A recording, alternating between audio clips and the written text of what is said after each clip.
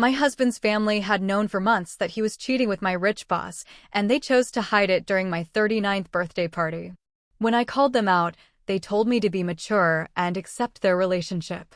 His mother even said, "Don't be selfish. They deserve happiness." I simply smiled, nodded, and handed them an envelope.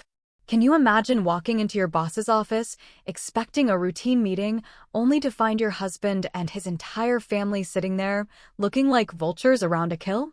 What if I told you that in that very room, my husband's wedding ring glittered on my boss's shoulder, and that's how I discovered my whole life was a meticulously crafted lie? How would you react? My blood ran cold the moment I stepped into Anastasia Blackwood's private office. Cody was there, his parents Eleanor and William, even his sister Patricia. But this wasn't a family gathering. This was Meridian Enterprises, and my boss, Anastasia, was at the head of the table, like she belonged there with them. Eleanor, my mother-in-law, spoke first. "Sierra, we wanted to talk to you about restructuring opportunities." My feet felt glued to the floor, my brain screaming to catch up with what my eyes were seeing. Cody's hand, his wedding ring flashing, resting casually on Anastasia's shoulder. Restructuring? The word felt foreign on my tongue. William cleared his throat. "Your position at Meridian. Anastasia has some ideas about your future here." That's when I saw them. Legal documents spread across the table, Anastasia's signature already on them. The meeting had been set for 3 p.m. I remembered reviewing compliance reports when Anastasia's assistant called, saying it was urgent, no details. The elevator ride up 32 floors felt normal routine. I'd made that journey hundreds of times in my 5 years at Meridian, usually carrying reports for Anastasia's approval. But walking into that room? That changed everything. "Sit down, Sierra," Anastasia said, her voice sharp, the same tone she used delivering bad news to clients. She wore the crimson Chanel suit I'd complimented her on, the one she said made her feel powerful. But I remained standing. My legs felt disconnected, yet somehow held me upright. The mahogany table between us felt like an ocean. Cody hadn't even looked at me once, his eyes fixed on some invisible point beyond my shoulder, the way he always did when he was avoiding something. "This is highly irregular," I managed to say, my voice sounding foreign. "Whatever restructuring Meridian is considering should go through proper channels. HR should be present." Patricia shifted uncomfortably, clutching her designer handbag like a life preserver. I could see the careful concealer under her eyes, hiding recent tears. "This isn't exactly a standard corporate restructuring," William cut in, straightening his tie, his Harvard ring catching the light. "It's more of a family discussion that happens to have professional implications." Family discussion. The words hung in the air like an accusation. I looked at each of them, these people I'd shared 12 years of holidays, birthdays, Sunday dinners with. Eleanor wouldn't meet my eyes, absorbed by her phone. Patricia opened and closed her mouth, searching for words she couldn't find. And Cody, my husband, who'd promised to love and honor me. He sat there like a stranger wearing a familiar face. "What kind of family discussion requires my boss's presence?" I asked, though a terrifying part of me already knew. The late nights Cody had been working.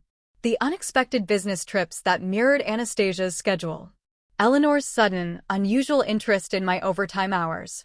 Anastasia leaned back in her chair, the same chair where, 6 months ago, she'd told me I was invaluable, grooming me for partnership. "Sierra, you're an intelligent woman," she began, using her smooth, clinical voice. "Surely you've noticed that the dynamics in your marriage have been evolving." Evolving. What a cold, calculated word for betrayal. "And you've all been aware of this evolution?" I looked at Eleanor, the woman who'd taught me her secret Thanksgiving stuffing recipe, who'd held my hand at my father's funeral. Eleanor finally looked up. "We didn't want to hurt you unnecessarily. Some things resolve themselves naturally if given time and space." Time and space. I repeated, a brittle laugh escaping me. "Is that what you call secret meetings in my boss's office?" The legal documents on the table pulled my attention again. Separation agreements. Asset division worksheets. Even a draft resignation letter from Meridian, typed on company letterhead. "You've already prepared my resignation." My laugh was sharp enough to cut. "How thoughtful." We wanted to make this transition as smooth as possible, William said, his boardroom voice echoing. Anastasia has been very generous with the severance terms. Generous. My mentor, the woman I'd trusted, had been planning my professional demise while pursuing my husband. And his family hadn't just known, they'd facilitated it. I pulled out my phone and took a photo. All of them, sitting around that table with their prepared documents and practiced explanations. They looked like a board of directors conducting a hostile takeover, which, in a way, they were. Sierra, please be reasonable, Cody finally spoke, his voice careful. This doesn't have to be adversarial. I looked at him. Really looked at him. The man I'd made breakfast for that morning, his coffee just right.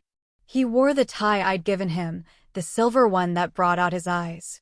You're right, I said, surprising them all with my calm. It doesn't have to be adversarial at all. I turned and walked toward the door, pausing with my hand on the handle. By the way, Anastasia, you might want to review Section 12 of Meridian's corporate ethics policy. The part about supervisor relationships with subordinates' family members. I wrote that section myself, remember? Very thorough documentation requirements. The color drained from Anastasia's face. Oh, and Eleanor, I added, my voice sweet, cancel whatever you're planning for my birthday party next month. I'll be making my own arrangements. I left them there, their perfect family facade shattered beyond repair. But I knew something they didn't. I'd been documenting irregularities in Anastasia's expense reports for weeks. I'd noticed the pattern of Cody's supposed client meetings aligning with her schedule. And the senior compliance director at Meridian Enterprises had access to every financial record, every email, every corporate credit card transaction that would tell the real story of their betrayal. The elevator ride down felt different this time. 32 floors to plan my next move. 32 floors to transform from victim to architect of my own revenge. Outside, Manhattan rushed past in its usual chaos, but I stood on the sidewalk, unable to remember where I'd parked. My phone buzzed. Marcus, my assistant, had sent 3 messages. Need to speak with you urgently. Off the record. Can we meet at the coffee shop on 47th? Marcus never asked for off-site meetings. I found my car somehow and drove to the coffee shop, hands steady on the wheel, my mind replaying Cody's fingers on Anastasia's shoulder. Marcus was already there, hunched over his laptop. I've been debating whether to show you this for 2 weeks, he said, turning his screen. Anastasia's calendar. Dozens of blocks over the past 3 months labeled Portfolio. Review, Private.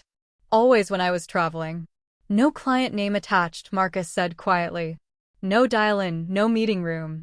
And look at the pattern. Every single one aligned with my out-of-office schedule. How long has this been happening? My voice was surprisingly normal. The first one I noticed was in September. The weekend you went to Boston. He pulled up corporate credit card records. Anastasia expensed a dinner for 2 at Daniel that Saturday. Listed as client development, but no client name recorded. September. 3 months ago. The same time Cody started locking his laptop, taking calls in his study with the door closed, showering before breakfast instead of after. There's more, Marcus said, gentle but firm. Your husband's investment firm started getting referrals from Meridian around the same time. High-value clients that usually would go to our preferred partners. I stared at the screen, my life's dissolution laid out in calendar entries and expense reports. Why are you showing me this, Marcus? You're taking a huge risk. He closed the laptop. Because you're the only executive here who's ever treated me like a human being instead of furniture. And because what they're doing isn't just wrong. It's illegal. Steering clients to benefit a personal relationship? That's a violation of about 12 different regulations you taught me to watch for. My phone rang. Eleanor. I let it go to voicemail, but she called again. Then again. I should take this, I said, though her voice was the last thing I wanted to hear. Sierra, darling, she cooed, her tone bright and artificial. Are you coming to dinner on Sunday? I need to know for the catering. Catering? Since when do you cater Sunday dinner? Oh, didn't Cody mention? We're having a few extra guests. Some potential business partners William wants to impress. She paused. You're not traveling this weekend, are you? I know you have that Miami conference coming up. The Miami conference wasn't for 2 weeks, and I'd only told my team. How did you know about Miami, Eleanor? Oh, I must have heard Cody mention it. You know how proud he is of your career advancement? Speaking of which, are you working late tomorrow? I was thinking of dropping by the city for lunch. 3 calls in 1 week asking about my schedule. My mother-in-law, who usually communicated via Cody or holiday cards, suddenly desperate to know my every move. I'll let you know about Sunday, I said, and ended the call. Marcus was watching me. You okay? My mother-in-law has called 3 times this week, asking about my schedule. She's never done that before. I looked at the calendar entries. Marcus, can you check if there were any family names on Anastasia's calendar during those block times? He pulled up the visitor log. This is interesting.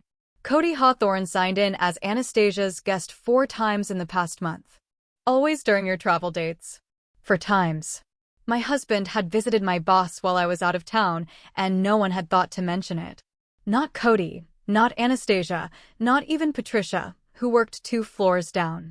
The charity gala was 2 weeks later. Meridian's annual fundraiser. I was in Philadelphia dealing with an emergency audit that had mysteriously become critical just 3 days before. You have to go, Sierra, Anastasia had insisted. You're the only one I trust to handle the Fitzgerald account properly. I'll make your excuses at the gala. I'd spent that weekend in a sterile hotel room, missing the gala where, apparently, my husband had served as my boss's date. The company Instagram photos told the story I hadn't been meant to see. Cody in his tuxedo, next to Anastasia in a stunning gold gown, his hand on the small of her back as they posed with clients. The caption read, "Meridian Enterprises appreciates the support of our extended family." Extended family. The phrase made me sick now. My colleague Bethany had mentioned it casually the following Monday.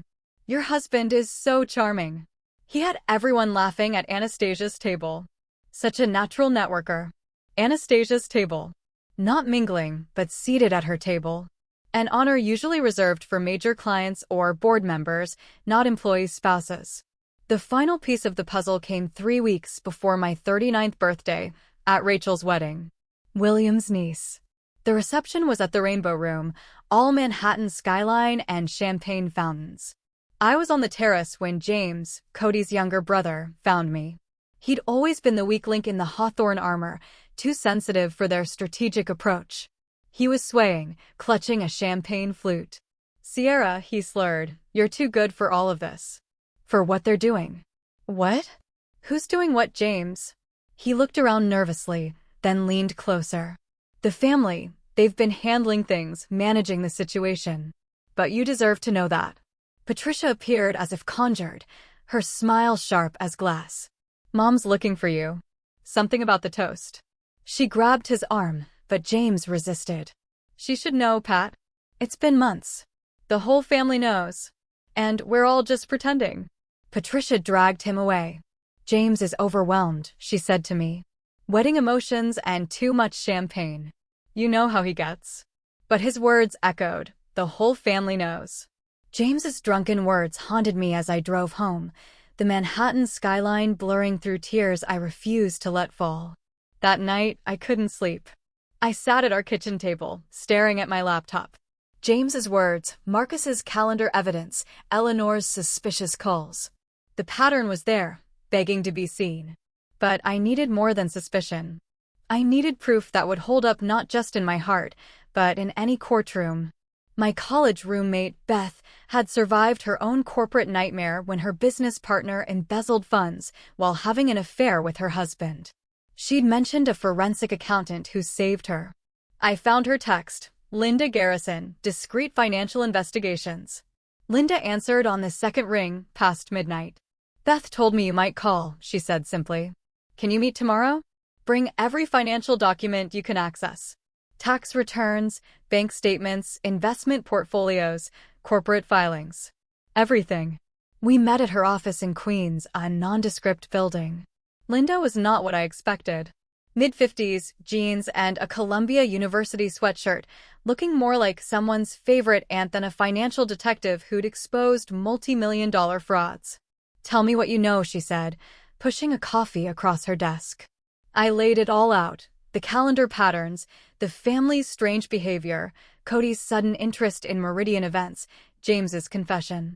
She took notes, asking for clarification, mostly just listening.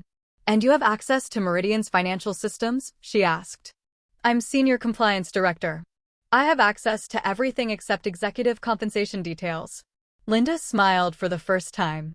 "That's more than enough. Here's what we're going to look for: unusual patterns in client referrals, contracts that don't follow standard approval processes, investment opportunities that should have gone through competitive bidding but didn't." Over the next 3 days, working after hours when the Meridian offices were empty, I pulled records that painted a devastating picture. 6 months ago, right around when those mysterious calendar blocks started, Anastasia had begun steering investment opportunities to smaller firms rather than our usual institutional partners. The firm receiving the lion's share? Hawthorne Global Investments, the family business Cody had joined 2 years ago. The numbers were staggering.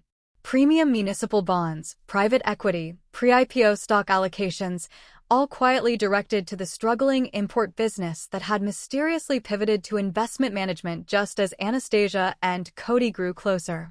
$2 million in directed business over 6 months, Linda said when I showed her the documentation. "That's not an affair. That's a financial conspiracy. Your husband's family didn't just know about the relationship. They were profiting from it." The evidence grew more damning. William's signature on contracts he had no business seeing. Eleanor listed as a consultant on deals despite no financial credentials. Patricia's design firm suddenly receiving Meridian's marketing contracts at 30% above market value. I stayed up until 2 a.m. that night, mapping everything on my whiteboard. Red lines connected dates. Blue circles marked financial transactions. Green highlights showed every family dinner where my schedule had been discussed. The pattern that emerged looked less like an affair and more like a coordinated corporate raid. Sunday dinner, Eleanor asking about my Boston trip. Monday, Anastasia scheduling a portfolio review. Tuesday, $1 million municipal bond allocation to Hawthorne Global.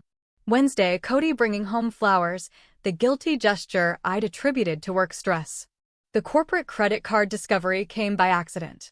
Reviewing routine expense reports, I found Cody's name on an authorized user list, not for his own firm's cards, but for Meridian Enterprises card number ending in 4421. Anastasia's executive account. My hands shook as I pulled the detailed statements. The St. Regis Hotel, charges on dates I'd been in Seattle. Daniel, 11 Madison Park, intimate dinners for 2 during my Philadelphia audit. The Hamptons rental, labeled Client Entertainment, coinciding with my mother's visit to California. But the worst was finding charges at Cartier the day after my promotion was announced. A $15,000 charge for estate jewelry consultation. The same day Cody had told me he was proud, held me close, and promised we'd celebrate properly. I was printing these documents when Patricia appeared in my office doorway. It was 7 p.m., the building mostly empty. She looked haggard, her designer suit wrinkled, makeup streaked. "We need to talk," she said, closing the door. I kept printing, the mechanical sound filling the silence. Patricia sat in my guest chair, clutching her purse. "I know you know," she finally said. "James told me about the wedding, about what he almost said." I turned to face her, keeping my expression neutral despite the rage building in my chest. "What exactly do I know, Patricia?" She opened her mouth, closed it, looked at the ceiling. "The family. We've been trying to protect you from unnecessary pain. Sometimes these things work themselves out if given space and time." "Space and time," I repeated. "Is that what you call facilitating secret meetings between my husband and my boss?" Patricia's face crumpled. It wasn't supposed to be like this. At first, it was just business. Anastasia could help our family's firm, and Cody was the natural liaison. But then, she twisted her purse strap. Mom and Dad saw an opportunity. They said if Cody was happy and the business was thriving, everyone would benefit eventually. Everyone except me. They said you were too focused on your career to notice. That you and Cody had grown apart naturally. That this was just evolution. The word made me sick. Evolution. As if betrayal were some natural process. Patricia stood abruptly. "I shouldn't have come. I just wanted you to know that not everyone agreed with it. James and I, We tried to tell them it was wrong. But the money, Sierra. The family business was failing. Dad was going to lose everything. She left before I could respond, her confession hanging in the air like smoke from a fire that had been burning for months, while I slept peacefully, ate at the same table, loved the same people who were orchestrating my destruction. I stood in my empty office, Patricia's confession echoing. The family business was failing. They had traded my marriage for financial survival. The printer continued, spitting out page after page of evidence that would either destroy them or destroy me. No middle ground left. That night, I went home and cooked dinner as if nothing had changed. Cody sat across from me, cutting his steak with the same precise movements he used for everything, unaware that I had started recording our conversations on my phone, tucked beneath my napkin. "How was your day?" he asked, the question as empty as our marriage had become. "Busy. The quarterly compliance reports are due soon." I watched him, scrolling absently through his phone. "Eleanor called again today. She seems very interested in my schedule lately." His fingers paused for a moment. "She's probably planning something for your birthday. You know how she gets about family celebrations." Family celebrations. I wanted to laugh. Instead, I said, "She asked specifically about the Miami conference." "I haven't told her about it yet." "Maybe I mentioned it," he said, still not looking up. "Can you pass the salt?" For the next 3 weeks, I became someone I didn't recognize. Every evening after Cody went to bed, I worked in the darkness of our guest room, photographing documents by phone light, uploading files to encrypted drives that I had Marie, my college friend, store in her apartment in Queens. She didn't ask questions when I showed up at midnight with USB drives wrapped in plastic. Just made me tea and promised to keep them safe. Family dinners became intelligence-gathering operations. I arrived early to help Eleanor in the kitchen, my phone recording in my jacket pocket as she chatted about Cody's, promising new clients, and how generous Anastasia had been with referrals. "Such a brilliant woman," Eleanor said one Sunday, arranging roses. "She really understands the value of strategic partnerships. Not everyone has that vision." Strategic partnerships, I repeated, slicing tomatoes with unnecessary force. "Is that what we're calling it?" Eleanor's hand stilled. "I'm not sure what you mean, dear." "Nothing," I smiled. "Just thinking about work." William was less subtle. Bourbon in hand, he'd pontificate about unconventional alliances needed to survive in business, looking directly at Cody. I recorded it all. Every knowing look, every coded reference, every moment they thought they were being clever while I played the oblivious wife. The breakthrough came during a routine system update. As senior compliance director, I had to review all expense categorizations. Buried in the client development budget, I found Anastasia's weakness: hubris. She had been billing everything to the company. The Valentino dress she wore to the gala, client relationship building. The couple's massage at the Mandarin Oriental, executive stress management. The private jet to Martha's Vineyard, strategic planning retreat. Each receipt, each transaction, bore 2 signatures, Anastasia Blackwood and Cody Hawthorne. My husband had been signing off on luxury purchases for another woman, authorizing expenses that violated every policy I had. Routine system update. As senior compliance director, I had to review all expense categorizations. Buried in the client development budget, I found Anastasia's weakness: hubris. She had been billing everything to the company. The Valentino dress she wore to the gala, client relationship building. The couple's massage at the Mandarin Oriental, executive stress management. The private jet to Martha's Vineyard, strategic planning retreat. Each receipt, each transaction, bore 2 signatures, Anastasia Blackwood and Cody Hawthorne. My husband had been signing off on luxury purchases for another woman, authorizing expenses that violated every policy I had written for Meridian. The paper trail was so brazen, so carelessly arrogant, it took my breath away. They hadn't just been having an affair. They'd been documenting it in corporate financial records. I photographed everything, backed it up in 3 different locations, and sent encrypted copies to Linda Garrison. Her response was immediate. "This is wire fraud, securities fraud, embezzlement. Your boss just handed you a federal case." The baby shower for William's niece, Sophia, provided the final piece. Held at the Yale Club, all pastel balloons and champagne. I arrived late, claiming work delays, my phone already recording in my purse. Eleanor pulled me aside. "You look tired, dear. All this work can't be good for you."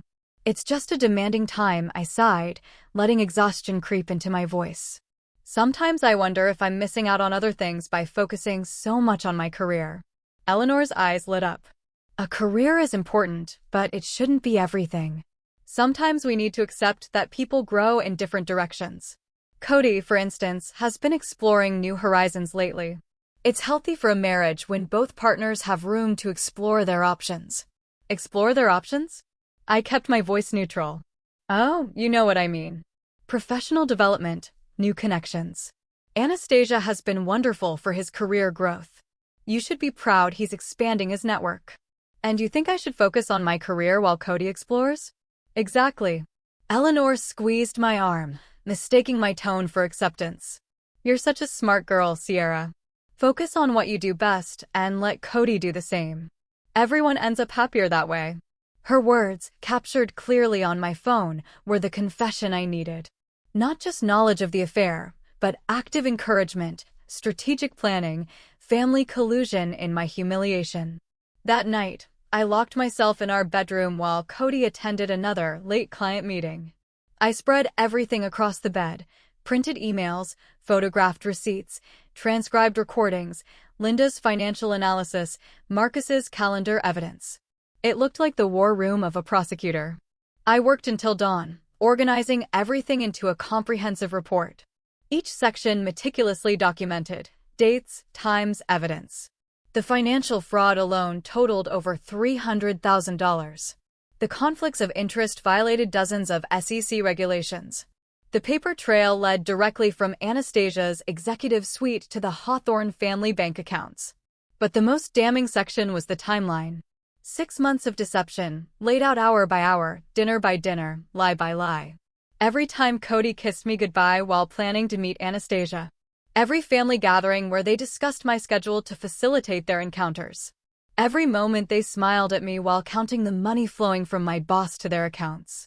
As the sun rose over Brooklyn, I looked at the man sleeping in our bed, his face peaceful. He had no idea I had built a case that would destroy everything he knew. The woman he had married, who trusted blindly and loved completely, was gone.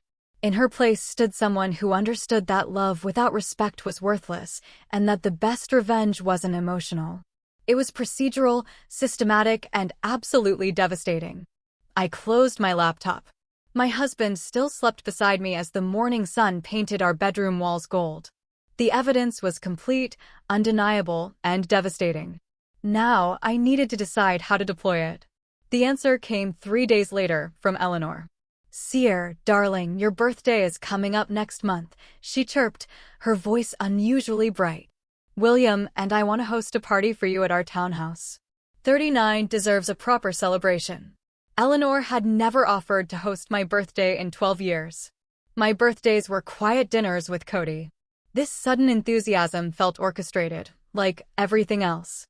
"That's very generous, Eleanor, but I insist," she interrupted. "I've already started making arrangements. Saturday the 15th, cocktails at 7, dinner at 8. We'll keep it intimate. Family and close friends." "Who did you have in mind for the guest list?" A pause. "Well, family, of course. Some of William's business associates. And I thought it would be appropriate to invite Anastasia Blackwood, given your professional relationship. It would be a nice gesture, don't you think? Show that there are no boundaries between work and family life." No boundaries. The phrase hung between us like a confession she didn't realize she'd made. I gripped my phone tighter, forcing my voice to remain steady. "Of course, Anastasia should definitely be there." "Wonderful. I'll handle everything. You just show up looking beautiful." After ending the call, I mapped out exactly what Eleanor was planning, a controlled environment where they could manage the narrative. Announce Cody and Anastasia's relationship as a mutual decision, framed as sophisticated, modern, evolved. All the words they'd rehearsed while plotting my humiliation. The timing was perfect, but not for the reasons they thought. I spent the next week making my own preparations. First, the SEC offices. The investigator, Janet Chin, reviewed my documentation with increasing interest. "This is extensive," she said. 3 weeks of active documentation, but the crime spans 6 months. She looked up sharply.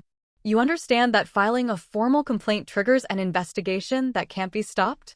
"I understand completely." 2 days before the party, I hand-delivered copies of everything to 3 destinations. The SEC received the complete financial fraud documentation. Meridian's board of directors received a package detailing their CEO's misuse of corporate resources and breach of fiduciary duty. The state attorney general's office received evidence of the broader conspiracy. Each package was timed to arrive Monday morning, 48 hours after my birthday party. I wanted the Hawthorns to enjoy their last weekend thinking they'd won, before their world imploded with the force of a federal investigation. The envelope I prepared for the party itself was a masterpiece of condensed destruction. Into a single manila envelope, I placed the most damning pieces of evidence: photos of Cody's signatures on Anastasia's personal expenses, screenshots of text messages discussing the family's financial benefits, Eleanor's recorded admission, and copies of the filed reports with their official timestamps. I sealed it with the methodical care I used when preparing compliance violations that would end careers and trigger criminal investigations. This envelope would be my birthday gift to myself. The moment I stopped being their victim and became the architect of their downfall. Marie agreed to attend the party without hesitation. "They're planning something," I told her. "They want to use my birthday to force me to accept this publicly, with all their society friends as witnesses." Marie's expression hardened. She'd seen me build my life with Cody, seen me try to be the perfect Hawthorne wife. Where should I position myself? Eleanor always makes speeches from the fireplace in their living room. You can get a clear angle from near the bar. Use your phone, but be discreet.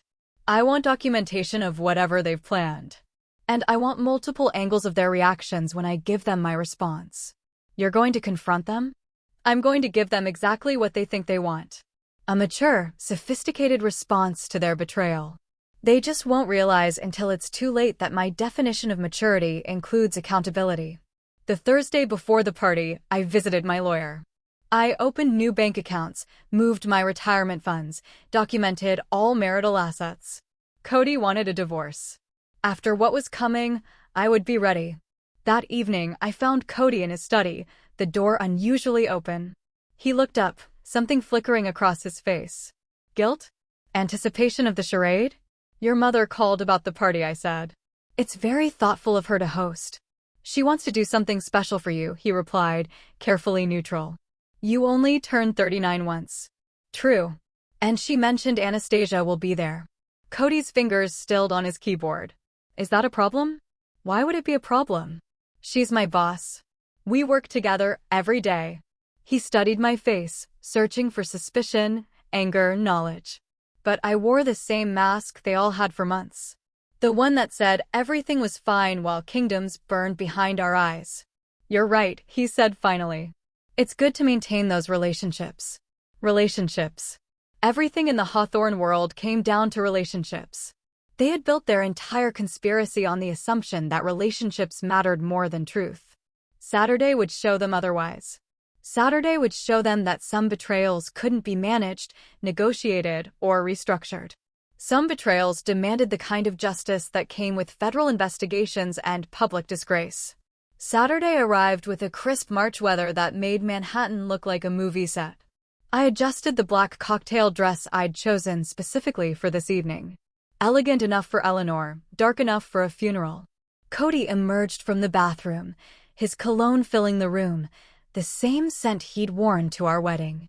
"You look beautiful," he said, meeting my eyes in the mirror. For a moment, something flickered across his face, regret, or perhaps just anticipation of the performance. "Thank you," I replied, slipping the manila envelope into my purse. "Your mother will appreciate that we're making an effort." The drive felt longer than usual. Cody kept checking his phone at red lights. I watched the city pass, counting the minutes until everything would change. Eleanor had outdone herself. The townhouse glowed with soft lighting, fresh flowers, enough champagne to float a small yacht. Guests were already arriving. William's business associates, Eleanor's book club friends, a handful of my colleagues who looked slightly uncomfortable. "Sierra, darling." Eleanor swept toward me. "Happy birthday. You look absolutely stunning." Behind her, near the bar, was Anastasia in a red dress, raising her champagne glass in a mock toast, her smile sharp. Marie was already positioned, phone discreetly ready. The party unfolded like a carefully choreographed dance. Appetizers, champagne, conversations about real estate, vacation plans. But I felt the undercurrent of anticipation, Eleanor checking her watch, William and Patricia exchanging glances. At 8:30, Eleanor clinked her glass. "Everyone, please, a toast to our dear Sierra on her 39th birthday." The crowd gathered. Eleanor delivered a speech that sounded heartfelt to anyone who didn't know better, talking about family, growth, embracing change. Every word loaded with double meaning. "To Sierra," she concluded, "may this year bring you clarity, acceptance, and the wisdom to recognize happiness in all its forms." The guests applauded. Eleanor touched my elbow. "Sierra, dear, could you join us in the library for a moment? William has a special gift." I followed her, hearing Cody's footsteps behind us. The library door was open. William and Patricia waited like judges. It closed with a soft click, like a trap springing shut. "Sierra," William began, his voice taking on the patronizing tone he used with difficult clients. "We wanted to speak with you privately because we care about you. We're family, and family looks out for each other." I remained standing as they arranged themselves in a semicircle. Patricia fidgeted, the only one showing discomfort. Eleanor took over, her voice smooth as aged whiskey. "We know this might be difficult to hear, but we believe you're mature enough to handle the truth. Cody and Anastasia have developed feelings for each other. Real, profound feelings that transcend conventional relationships." "Transcend," I repeated, tasting the word like spoiled wine. "They're soulmates," Eleanor continued, warming to her theme. "You can't fight that kind of connection. It would be selfish to try." William nodded sagely. "You're an intelligent woman, Sierra. Surely you understand that forcing people to deny their true feelings only creates misery for everyone." Patricia finally spoke, her voice a whisper. "You're strong enough to handle this with dignity. We all know how capable you are." I let them finish their entire presentation, their carefully rehearsed arguments about emotional evolution and mature acceptance. They spoke about Cody's happiness as if it were a commodity more valuable than my dignity. They framed Anastasia's pursuit of my husband as some cosmic inevitability. When they finally fell silent, waiting for my response, I smiled. It was the same smile I used when reviewing contracts with hidden termination clauses. "You're absolutely right," I said calmly. "I should handle this with maturity and grace." Eleanor's face lit up. William sighed. Patricia's shoulders dropped. They thought they'd won. They thought their careful manipulation had worked. "Shall we return to the party?" Eleanor suggested, already moving toward the door. "No need to let this spoil your birthday celebration." I followed them back to the main room. Guests continued their conversations, oblivious to the family tribunal that had just convened. Cody stood near the fireplace with Anastasia, their bodies angled toward each other, the unconscious intimacy of lovers who think they're being discreet. I walked directly toward them, my heels clicking on the marble floor. The envelope in my purse felt warm against my side. Conversations near us began to quiet. "Cody, Anastasia," I said, loud enough for the surrounding guests to hear. "Since we're all being mature adults here, I have something for you both." I pulled out the envelope, holding it between us like a verdict. Cody's face went pale before he even opened it. He must have recognized the weight of it. "Sierra, what is this?" Anastasia's voice carried a warning. But it was too late. "Open it," I said simply. "After all, we're handling this like sophisticated people, aren't we?" Cody's fingers fumbled with the seal. I watched his eyes scan the first page, the SEC filing stamp, the case number. His hands began to shake as he reached the second page, the documented fraud, the signatures he'd placed on Anastasia's personal expenses. The sound that escaped him wasn't a scream. It was more primal, the sound of someone watching everything they'd built evaporate like morning mist.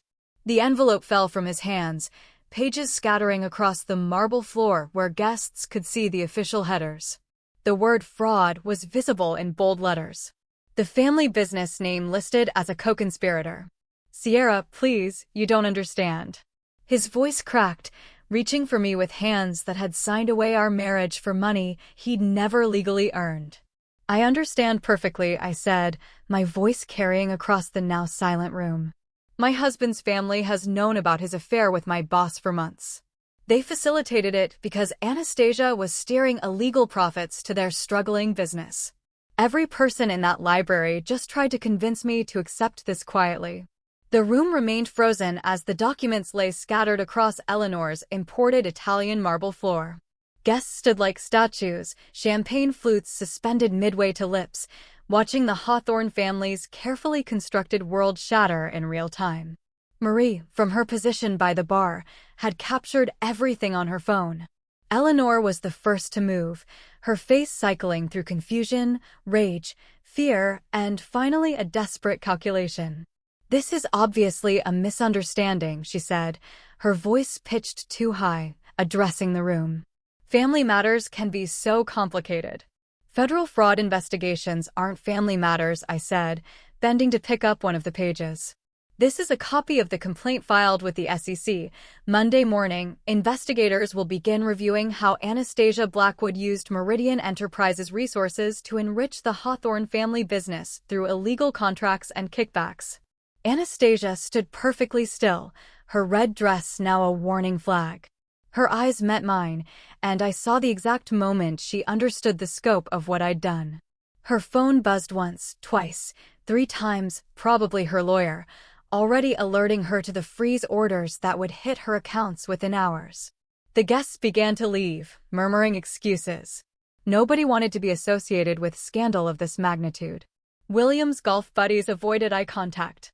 Eleanor's book club friends whispered, already composing the gossip they'd spread by Sunday brunch.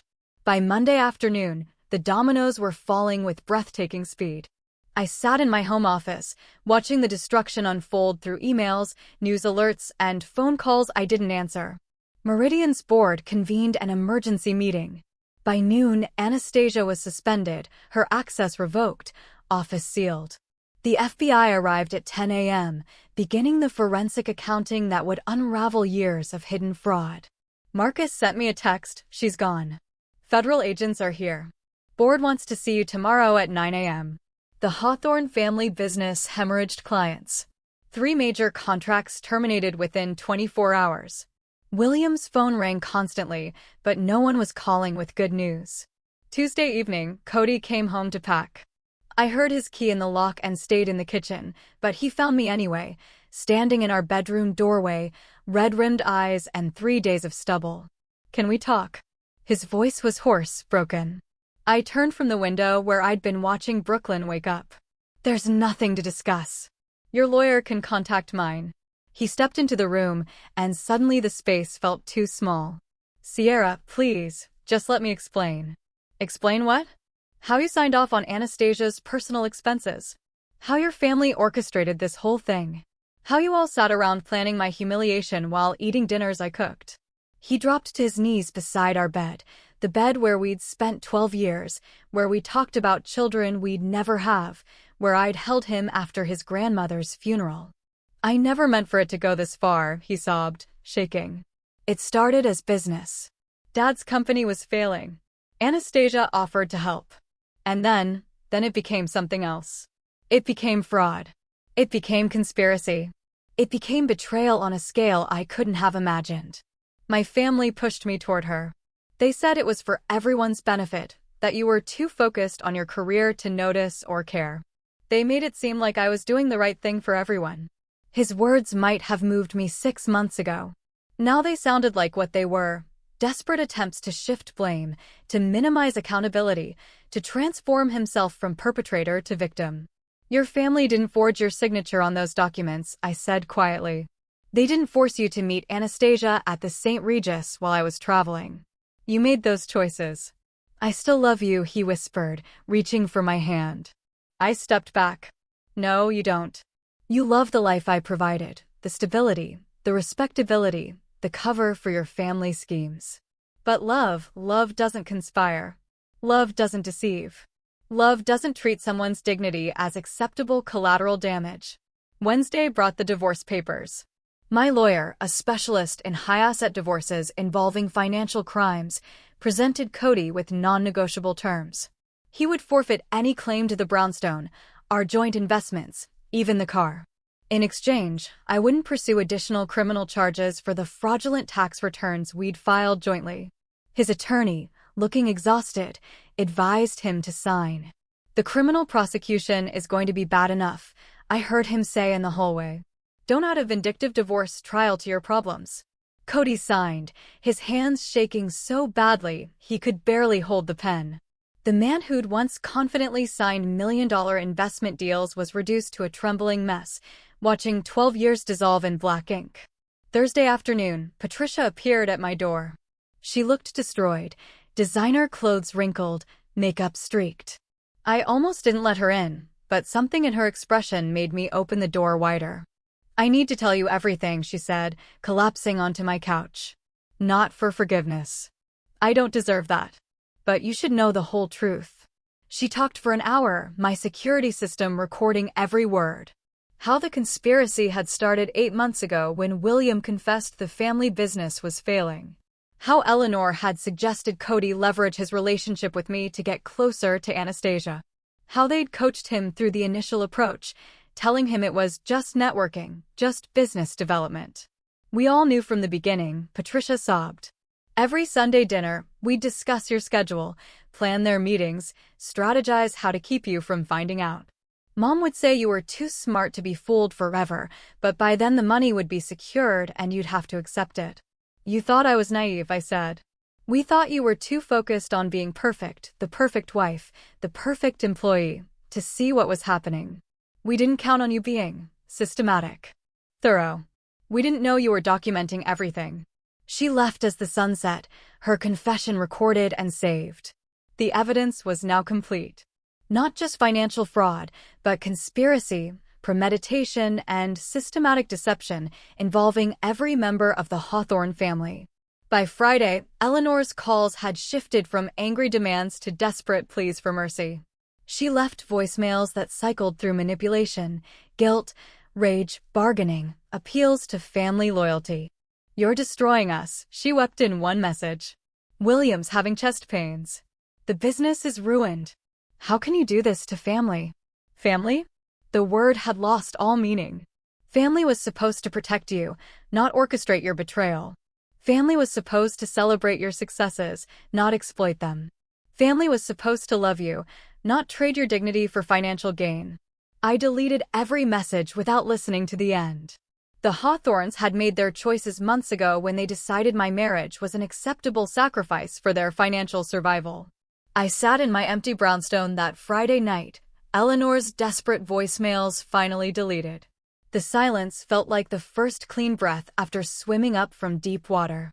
The house felt different now. Not lonely, but spacious. Not abandoned, but liberated. I poured myself a glass of wine, not the expensive bottles Cody collected, but a simple Malbec I actually enjoyed, and started planning what came next.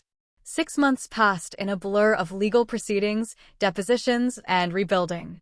The investigation into Meridian Enterprises expanded beyond Anastasia to encompass the entire executive team. The board, desperate to salvage the company's reputation, offered me a generous settlement to avoid a wrongful termination lawsuit. They knew I had grounds. I took the money, signed the non-disclosure agreement that specifically excluded the criminal proceedings, and walked away from corporate life with enough capital to start over on my own terms. The office space I found in Queens was nothing like Meridian's glass towers. It was a converted corner unit in a building that housed a bakery, a tax service, and a family law practice. The morning light streamed through windows that actually opened, and the super brought me homemade empanadas on my first day. The rent was reasonable. The neighborhood felt real, and nobody knew about the Hawthorne scandal or cared about my former life in Manhattan's financial district. Garrison Compliance Consulting officially opened on a Tuesday in September. Linda, the forensic accountant, sent me my first client. A small import business worried about internal fraud. Within a week, I'd identified vulnerabilities and helped them implement controls. That client referred me to her sister, who ran a medical practice. The sister referred me to a colleague with a tech startup. By month's end, I had 6 clients who valued my expertise not for my corporate pedigree, but because I helped them protect their businesses from predators. My work had purpose now. These weren't billionaires shuffling assets to avoid taxes. These were people who'd built something real and needed someone to help them protect it. A florist overcharged by her payment processor. A restaurant owner whose manager was skimming from the till. A nonprofit director whose board treasurer was steering contracts to his wife's company. Each case reminded me that financial crimes weren't just about numbers. They were about trust betrayed. October brought news, through the legal grapevine, that the Hawthorne estate was for sale.